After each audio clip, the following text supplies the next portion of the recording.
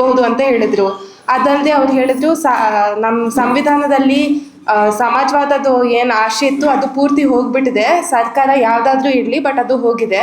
ನಾವು ಸಾಂವಿಧಾನಿಕವಾಗಿ, ಮಾರಲ್ ಆಗಿ ಮತ್ತು ಆರ್ಥಿಕವಾಗಿ ಎಲ್ಲ ನೋಡಬೇಕಾಗುತ್ತೆ. ಜಾರ್ಜ್ ಆರ್ವೆಲ್ ಒಬ್ಬರು ಆಥರ್ ಅಂತ ಹೇಳ್ತಾರೆ, ಎಲ್ಲರೂ ಘನತೆಯಾಗಿ ಜೀವನ ಮಾಡಬೇಕು ಅಥವಾ ಯಾರು ಆ ಥರ ಜೀವನ ಮಾಡೋಕ್ಕಾಗಲ್ಲ. ಸದ್ಯಕ್ಕೆ ನಮ್ಮ ಸಮಾಜದಲ್ಲಿ 90% ಜನ ಈ ಥರ ಶೋಷಣೆಯಲ್ಲಿ ಜೀವನ ಮಾಡ್ತಾ ಇದ್ರೆ ಅದರ ಅರ್ಥ ಏನಿದೆ ಅಂದರೆ ಯಾರಿಗೂ ಘನತೆ ಇಲ್ಲ ಈ ನಮ್ಮದು ಸಮಾಜದಲ್ಲಿ.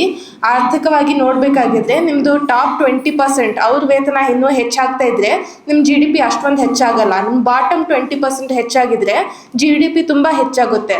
ಬಟ್ ಸದ್ಯಕ್ಕೆ ಬಾಟಮ್ 20% ವೇತನ ಸೇಮ್ ಆಗ್ತಾ ಇದೆ, ಮತ್ತು ಟಾಪ್ 20% ಮತ್ತು ನಮ್ಮ GDP ಹೆಚ್ಚಾಗ್ತಾ ಇದೆ. ಸೊ ಅದು ಬೆನಿಫಿಟ್ ಯಾರಿಗೆ ಹೋಗ್ತಾ ಇದೆ ಅಂತ ಪ್ರಶ್ನೆ ಕೇಳಿದರು.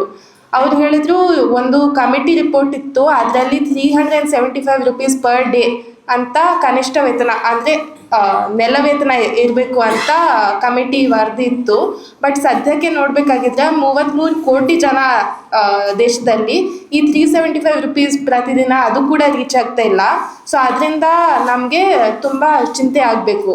ಮತ್ತು ಅಂತಿಮವಾಗಿ ಅವ್ರು ಹೇಳಿದರು, ನಮ್ಮದು ಸರ್ಕಾರದಿಂದ ನಮ್ಮ ಕಾರ್ಮಿಕರಿಗೆ ಅಂದರೆ ಒಂದು ಪರ್ಮನೆನ್ಸಿ ಅಥವಾ ಸೆಕ್ಯೂರಿಟಿ ಅಥವಾ ರಕ್ಷಣೆ ಆ ಥರ ಪಾಲಿಸೀಸ್ ಕೊಡ್ತಾ ಇಲ್ಲ.